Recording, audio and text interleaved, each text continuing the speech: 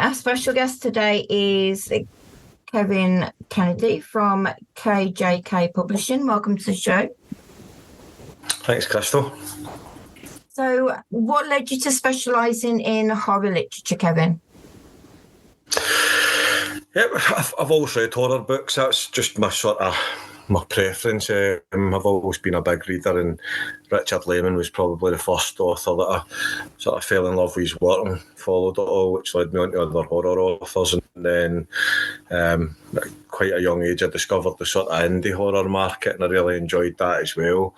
Yeah. Probably the early days of Amazon gave me. Being in the UK, the bookstores were terrible, so Amazon gave me access to a lot of authors I'd never heard of before, and I just started reading avidly in the horror genre. And then when I started writing stories and then ultimately putting books together, that was the stories I enjoyed reading, and the authors that I had a sort of good knowledge of the authors that were writing, and had been writing a long time, so it was a natural choice to go and speak to the guys to see if they would work with me. Brilliant. So do you work with first-time authors? I not so much. I've done some books where there've been open calls, and those were mainly Drabble books, so stories of 100 words, and I could put quite a lot of authors into one book. So I've done open calls, and I worked with quite a few first-time authors. There's a few different people that are relatively well known now and had mentioned to me, because you don't ever know really if somebody's new or if it's their first story or whatever, but quite a few people had their first stories published in the 100-word horror books that I do. But it's mostly authors that I've read 3 or 4 or 5 books by, whether they be novels or novellas. I do most of my books invite only, so I tend to go to authors where I've already read quite a bit of their work and I've really enjoyed it, which in turn means there's probably a higher chance of me accepting their story. So I suppose it's to minimising the time. When I've done open calls, you get hundreds of subs in, and it's the time to read through them all. And sometimes you find some extra great stories, but I find that for me, going to people that I already know I like their work's the easiest way to work. Yeah.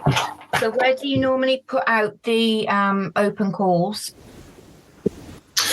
Well, the open calls it was Facebook mostly, but back when I started, there was a few pages. I think one was called Dark Markets, and I had put the open calls on there, but I think that's shut down now. There was a few sites, but I think they're all shut, to be honest now. It's been a while since I've done an open call, but when I'm looking for extra stories, I tend to just put it out on Facebook. I'm in a lot of book groups, or I was in a lot of book groups, and then my Facebook profile got hacked. And I lost a lot of stuff. So, sorry, one of my cats. Give me a second. It's okay. One of my cats is carrying on with a bit of noisy bit of paper. I tend to just put them out on Facebook, and as I say, it's not been open calls for a while, but there has been a few books I've done where I've maybe opened it to certain groups, things like that, rather than just a wide open call. But I think a lot of people that are in the same market as me, we're all on each other's pages, because you there might be other anthologies that you were in, and there's a lot of crossover and things like that. So, but there's a few groups on Facebook for that are for publishing your open calls to get submissions sent into you. So, how do you decide on which manuscripts to publish? I know you said you go to sort of like people that you've already dealt with before. Yeah, I mean, I think, doing that, it does put the number of rejections down, because you're going to people where you like their style of writing.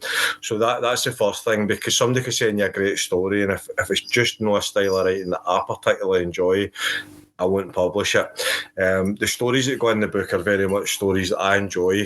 When I started out and I put my first book together, and I didn't know if it would sell. I didn't know if anybody would pick it up. So I didn't know, how many people would read it. Never mind what the feedback would be like. Everything the first time was just a bit of guesswork. Although I knew I had authors that I liked, but I think that when it comes to accepting stories, it's just stories I like. And as I always said, like if I put a book together and if it didn't sell well, at least I'd have a book that I really enjoyed as a sort of minimum. And, you can't please everybody. So if I put a book out with stories that I think other people might like, they also might not like them. Whereas, as I say, if I like all the stories that go in the book, then, it's easier to sort of take it in the chin if you get a negative review and you think, well, as I said, everybody's got their own taste. Yeah. So you just need to try and, if I put it out and it's to my taste and a lot of people like it, then I can just do the same thing with the next book. So the stories that go in are really just stories that I really enjoy. Sometimes you have two stories you like, but they're quite similar. So, you've maybe already accepted the first one and you would need to reject the second one for the same, the reason that you don't want stuff too similar in the one book. Yeah. But often if I'm maybe running a few books, something that maybe not fit one book might be able to go into another book. So I can always offer that to the authors if I like their story, but it's just maybe not the right fit for the theme of a particular anthology. But I quite often run unthemed anthologies as well, where the guidelines are basically a horror story, and I normally look for 4,000 words plus.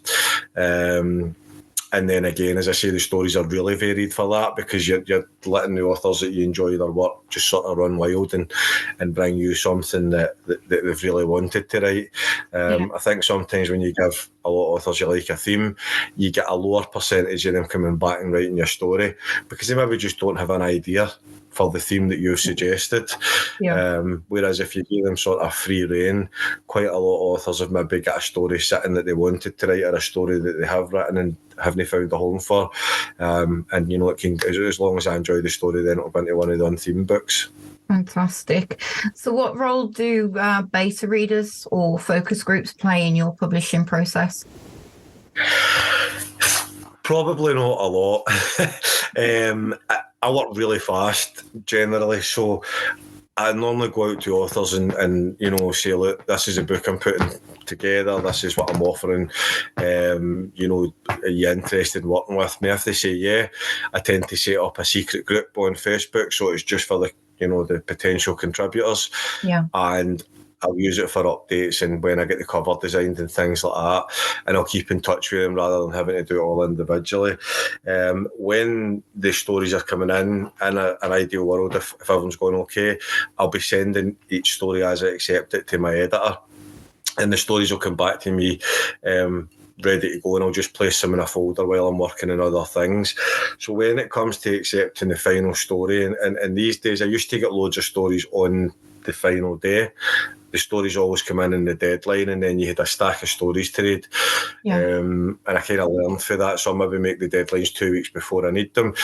It means if you do want to give one or two people an extension, you've got the leeway to do that. But I can also be putting the book together with all the finished stories that are edited while I'm giving those other authors a week or two. But when the story's edited and I've formatted it and it looks good, I tend to put it straight out. I don't do like a pre-sale or anything. What I do have is quite a solid list of reviewers that I've built up over the years. So as I say, I don't use beta readers and things like that, but if I'm happy it's edited and formatted well, I'll offer an early copy if possible to all the reviewers on my list, and anybody that wants a copy will get a copy. But a lot of the time they're maybe getting it at most a day before the book releases, because as I say, I don't have a big lead-in time to sales. I don't do a pre-order. I literally, when the book's ready, it goes out to everybody. That's the Kindle version, and then normally try within a week or two to get the paperback online. Brilliant. So how do you handle the book cover designs? The book cover designs, almost all. At the start I worked with a few different people, and sort of getting new to the industry and learning who was doing what, but relatively quickly I came across an author called Michael Bray, and from memory he'd done a cover or two for Andrew Lennon, who's another horror author. And me and Andrew at the time were appearing in quite a lot of anthologies together.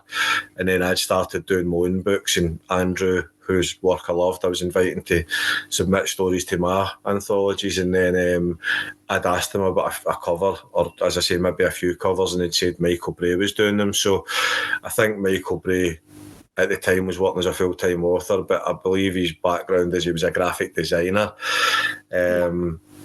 And I think he's back doing graphic design but books as well. But anyway, I approached him to do a cover for me, and he was really easy to work with. We had a good sort of working relationship. I'd give him some ideas and he'd come back with stuff, and then we would tweak it back and forth and get it looking exactly the way we both liked it looking. We would always come to a sort of compromise by the end of how we thought it should look. So it was great getting feedback from a graphic designer, another fan of horror rather than just somebody that was doing book covers. Yeah. And, you know, I've seen people selling book covers and they'll say you can get 2 revisions or 3 revisions. We would go back and forward. Sometimes we would have 5 or 6 different versions of what we thought the cover would be, and then it would change again. And, you know, it was really easy to work with, and the end product was always fantastic. So I've basically continued working with Michael right throughout until now. The books that have my most recent release, the Vampires anthology I've done, that was him that done the cover for that. Mm-hmm. My last few books were done by Michael, and the next few that are pretty much finished that will be dropping over the next 6 or 7 weeks. He'd done all the covers for them, but he's stepping away from it a little bit now. He's got some other stuff going on, so I'm going to be looking at new cover designers or cover designers that I've liked for a while that I've not had a chance to work with myself. So there'll be a wee bit of a change coming there, but as I said, my next few books already have the covers done. So I will need to be looking at that into the next year. So what do you think the role of short stories and anthologies are in the horror publishing world? I know you do a lot of those, don't you? I think, and to be honest, as the years have went on, I read less novels, and I think, you used to get novels that were sometimes 600 and 800 pages. If you look back at some of Stephen King's books and Anne Rice, and I loved all the Vampire Chronicles. I think 1 or 2 of them were 1,000 pages. So big sort of meaty books, Swan Song and The Stand, I think they're both over 1,000 pages. So there's loads of big epics that I enjoyed that were part of the genre and helped me fall in love with it. But as the years have went on, probably we've been busy with work and doing other things and family and everything like that. I tend to go for shorter stories. So anthologies are good, and if you get one with a lot of good authors in it, then chances are you'll like quite a lot of the stories. But you can pick it up and read one story and set it back down and go about whatever else you're doing. If you're reading a novella, you'll maybe read it in a day or two. So that sort of year round is where most of my reading happens now. I don't read as many anthologies because I spend all year reading people's short stories to put into my own books. So because of that, I don't really read other people's anthologies. When I get some reading time for me, I tend to read novellas, but that's pretty much because I want to keep up with what's going on in the market. I want to know who's releasing new stuff that's good, if authors that I've been reading for 10, 20 years, if I like their new stuff. A lot of what I read, as I say, plays into who I then invite to the books. So as I said, you don't probably invite many people that are just like first-time authors. A lot of people seem to start with writing a few short stories. I've probably not read their work, but if somebody's had a fairly popular novella released over the last year or two and it's caught my attention, then there's a very good chance I'm going to go and read that. And if I do like it, then they're going to get an invite to my next book. It's not to say that they'll want to work with me, but that's basically how I come across the new authors I want to work with. I've read something that they've done and I've loved it. Occasionally authors that I really like will suggest somebody else that they've been reading that I've maybe not got to yet, but I'll still probably go and read a novella by them if they've got one out before I invite them to a book or something like that. But I think the world's getting busier and people have got less time, and I think novellas have become massively more popular, I'd say, over the last 10 years, and I think there's an obvious reason for that. People do like that sort of short, sharp hit. I think as well, not everybody's into sort of long drawn out stories. Some people like a lot of fast paced action, and the shorter the story, you tend to find the more action's crammed into it, funnily enough. So it's what works for me. And again, if I'm going to put something together, it needs to be something that I'd like to see myself. That's just, as I say, that's literally how I've worked since I started this, and it's kind of steered me right. Everything that I've no everything. I would say a high volume of what I've put out there has been really popular. And as I say, it's always just been a book that I would like to see, or if it's unthemed, it's just been a gathering of authors that I really enjoy, and I've managed to get a story off them, to put into that book. As I say, that's just, I think that, people are short of the time, and maybe attention spans are a wee bit lower than they used to be as well. There's so many options for what you can do now. Like, you used to have to go to the video shop and rent a video or rent a DVD or two. You can stick Netflix on now and have a 10 episode, an hour an episode programme to binge watch all day Saturday and Sunday. So people have got other things that they're doing, and as I say, I think that the short form for horror works really well for certain types of stories. Maybe not like as I say, a big sort of drawn out ghost story and things like that, but that's no particularly my taste. Yeah. So how do you deal with sensitive or potentially controversial material? Well, I don't really do extreme horror, which is the first thing. I've done one extreme horror book where it's called the Extreme Edition of a series of books run called the Horror Collection. So it's really apparent to people before they pick that book up what's going to be inside. There's no sort of way to buy the book without realising you're going to get pretty extreme stories. But I tend to avoid it in general. I don't print anything with animal abuse, child abuse. Very, very, very few stories that have got anything to do with rape, even if it's no graphic, because I just don't enjoy reading it. So again, I can't really publish it. It's hard for me to judge it. If I've got a dislike into a part of a story, and I've seen different people saying like you can't kill a kid in a story, but you can kill an animal. It's all just preference and taste, really. For me, they're things I don't want to read. So why put them out there in a book? I don't have any issues with authors that write that kind of stuff, or people that enjoy reading it. As I say, I probably used to read a lot more extreme stuff when I was younger, and I've just I don't enjoy it as much anymore. I love Edward Lee, who writes pretty extreme and brutal stuff, and I think he's an outstanding writer. And I read everything he releases, regardless of how brutal it is. For years I've quite enjoyed Wrath, James White, although he doesn't release quite as many titles as maybe Edward Lee. But I've never really managed to. I remember years ago it was hardcore. You'd always call it hardcore horror, and then I think it was Matt Shaw maybe coined the phrase extreme horror, and then loads of other people have come along after Matt Shaw. And as I say, in sort of the modern day, it's just not for me. So I don't really need to put content warnings on anything that I do. If it's a really sensitive subject and it's something that I would publish, I just make a judgment call. Do I think it's well written enough to be in the story? If something, I don't like things that are in for shock effect. But if there's something quite serious and it's in a story and I think it's well written, then I'll publish it. And I would stand by the author or any criticisms that came with that. But again, it has to be something that I think is a good piece of work that I want to put out there. Like with the books, I don't set a word count that I need for the book. I set a minimum word count for the stories, and I'll invite X amount of authors along. But if a few authors have other engagements that take them away from the book, or something happens and end up shorter with stories than I would have liked to have had, I would rather publish the book with less stories, but I loved all the stories, than try and get another 3 or 4 to fill up a lot of people are aiming for 70,000 or 90,000 words for their anthology. I've published anthologies that maybe get 25,000 words, just because for whatever I was doing at the time, that was the amount of stories I got that I liked. So I would forgo page count rather than try and cram a book full of stories that just weren't for me. So how do you deal with marketing for horror books? Marketing, I've been quite lucky. It's changed over the years as well. I was never a big social media person. I had Facebook, and I just started marketing. There's a load of horror groups in Facebook, and through time you find out what ones you're getting likes or shares, and what ones there's nobody in the group really paying attention to anything and just kind of come back out them.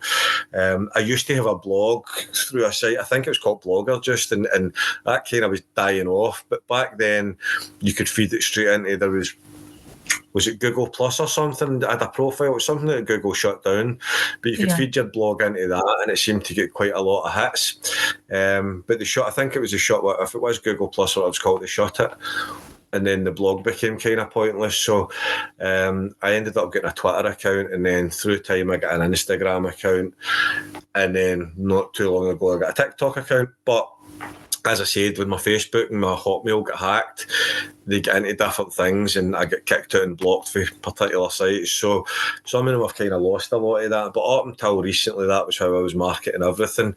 I tried Facebook adverts, and I've done terrible with it. I couldn't get an advert to make me any sort of dent in my sales. And I tried Amazon market as well, and I just couldn't make any sort of difference to what I was selling without them. I was just paying money for nothing. The only one that I've paid for that I've really found beneficial was BookBub. And BookBub's, I don't know if you know it or not, but it's a site that effectively, depending on genre, so for me, going to the horror genre, they'll maybe say something like, I've got 80,000 subscribers.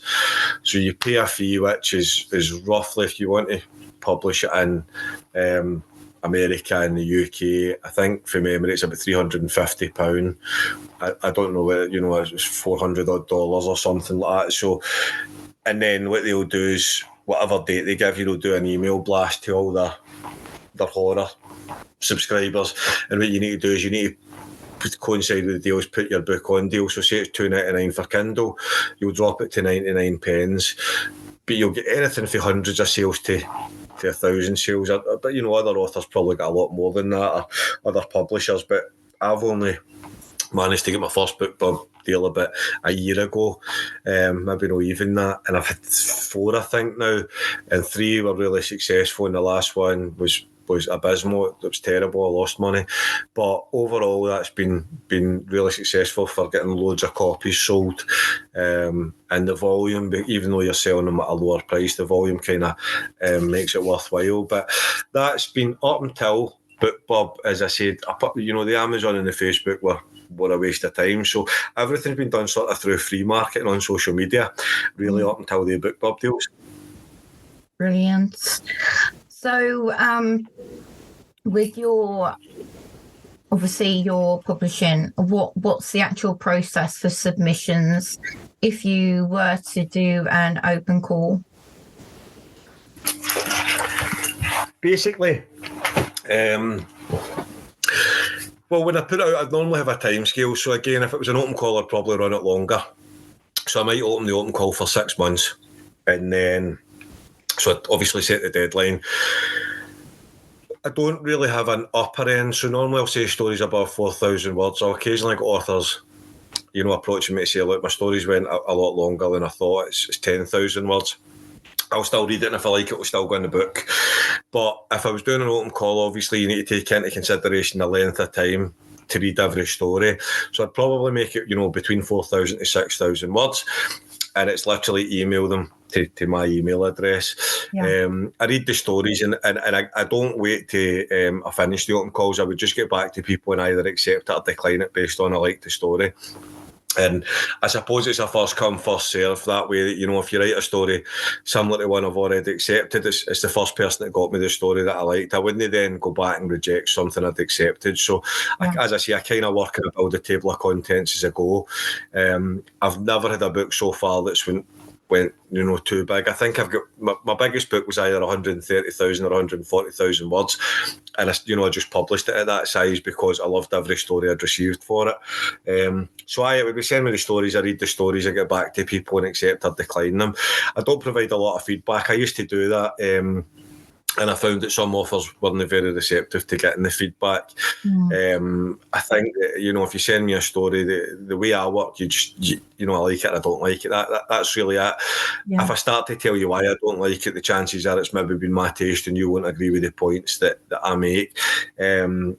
I've only ever had 2 authors or 3 authors really sort of fall out with me over declining a piece of work or giving them a piece of feedback that they didn't appreciate.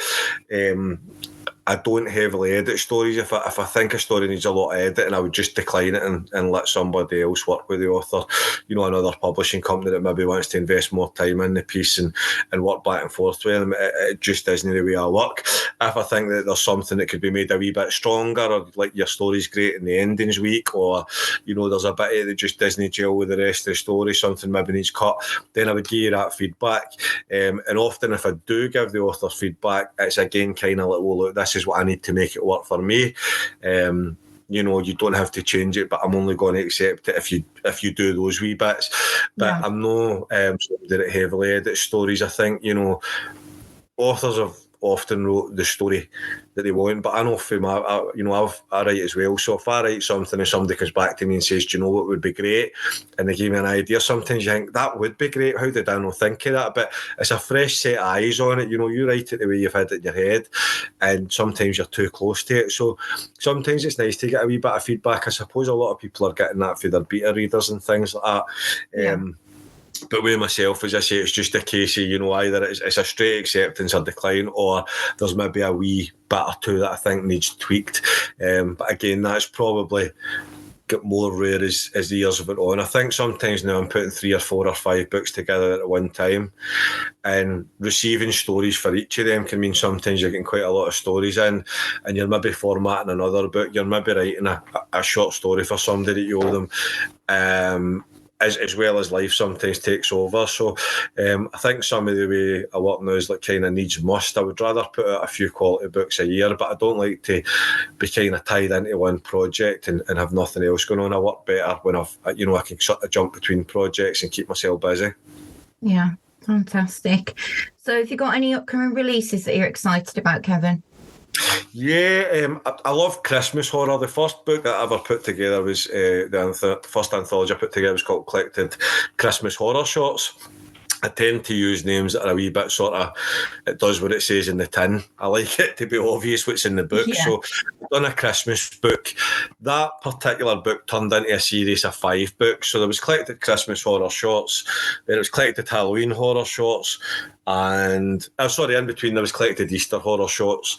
The 4th book was Collected Christmas Horror Shorts 2, and then I left that series for years and years. It done really well, but I went and done other horror anthologies, some just sort of singular, and other ones that were that became, the horror collection series are on. I've released 15 books in that series now, so other things kind of took over. But I wanted to do a Christmas book this year, so I've imaginatively named it Collected Christmas Horror Shorts 3, and that'll be releasing within the next 7 days. So I'm hoping that does quite well. The stories in it are brilliant. As I say, I love Christmas horror personally, so they're always really fun books to put together. There's just some a wee bit naughty, a bit of Christmas horror story, the bad Santa Claus and things like that. I really like it. Some of them are really funny, some of them are quite brutal, but there's a funniness to it because they're using characters, in a different light. It just works for me, and I think that's been 2 or 3 years since I've done my last Christmas horror book, so that will be the next release. As I say, I released an anthology called Vampires with some big hitters in the horror industry about a week ago, maybe about 9 days, and the paperbacks just went online for that as well. So a lot of people I think were waiting the paperback, but it's been doing quite well on Kindle. But after the Christmas one, because I had a lot of books close to finished, I'm releasing a book pretty much every 2 weeks. Yeah. So after the Christmas book will be the 16th horror collection book, and that is the Monster Edition, which is all sort of creature feature type stories. Weeks after that will be the 17th horror collection book, and that's the sci-fi edition. But it is sort of dark horror sci-fi, obviously. Yeah. And then 2 or 3 weeks after that will be the 18th book in the horror collection, and that's just called the Marble Edition. And most of the books in the horror collection series are unthemed, and they had there's the Nightmare edition, there's the Gold edition, the Pumpkin edition. They've all just got a colour or something. The Pumpkin edition was themed for Halloween, but most of them just have a coloured cover rather than a number, and they're unthemed, as I say. So the 18th book will be the next unthemed one, because 16 and 17, as I say, are Monster edition and Sci-Fi edition. So they're some of the sort of rare themed books in the series. So every two, as I say, about another week for the Christmas one, then every 2 weeks after that, one of the other books will drop. Brilliant. So what are you looking forward to in the future of horror publishing? I think, I've said it a few times before, but I'm looking to do a wee bit more writing again. I think when the anthologies kicked off and started doing really well, it's easy to fall back on something that's popular and you quite enjoy it. I mean, I spoke to somebody a few years back, and I says it's a strange position to find myself in. Like, I get to read some of my favourite horror authors' horror stories before anybody else does. There's maybe been a beta reader, somebody seen it before me, but before it's published, I get to see it and read it maybe 6 months before it's available to anybody else. So it's quite a privileged position to be in. So I do enjoy that, and I do enjoy, as I say, getting. If I've decided, right, I want to do a cannibal horror book, I'm obviously in the mood for some cannibal horror. Yeah. And I'm then getting cannibal horror stories for people that absolutely love their writing. So it's easy to just keep doing that. And then if people are enjoying it, what I'm putting out and buying it, it gets even harder to step away from it and do something else. But I've got some writing projects that are half finished, and I think that before kicking off another anthology, I'm going to finish them up. So there's I wrote a novella called Halloween Land. I've got a prequel called The Clown. It's half written, so I'm going to finish that next, I think. And I'm working on a project for KJK Publishing. I very rarely work for other publishers, but there's a horror. I don't know how much I'm allowed to say actually, but there's a series of books they're running. Myself and two other authors have been invited to do one of the books. So that again will probably follow up to me finishing the Clown novella. Yeah. And then I'll probably do another anthology at that point, but I'm not sure just what I'd like to do yet. And I think that's probably the other thing. I've always got things burning in the back of my mind, thinking, right, next I really want to do this, or I've got a theme, or it's maybe a case of, right, I've read quite a few authors that I've never worked with, and I want to go and invite them to a book, and then that'll maybe be doing the unthemed book to just try and get quite a few authors that I like involved. Yeah. But at the moment, I've not got a sort of burning urge to start another anthology. I think probably with the sort of 5 releasing, in the space of a 10, 11-week period, yeah. I'm going to give them time to sell and different people to have a look at them. Like, even people that follow my books, 5 anthologies dropping back to back, they probably aren't going to read all 5 of them back to back. So I think I'll leave them out there and do some promotion and hopefully speak to some different people and things, and as I say, finish a wee bit of writing and come up with an idea of something that I really want to do for another anthology. That's fantastic. Well, thank you for your time, Kevin. I'll put all your links at the bottom. Is there anything else that you want to add? No, that was great. I think that's everything. As I say, if you need anything else for myself, just let me know and I'll do what I can to get it across as quick as possible. That's fantastic. Thank you for all your help.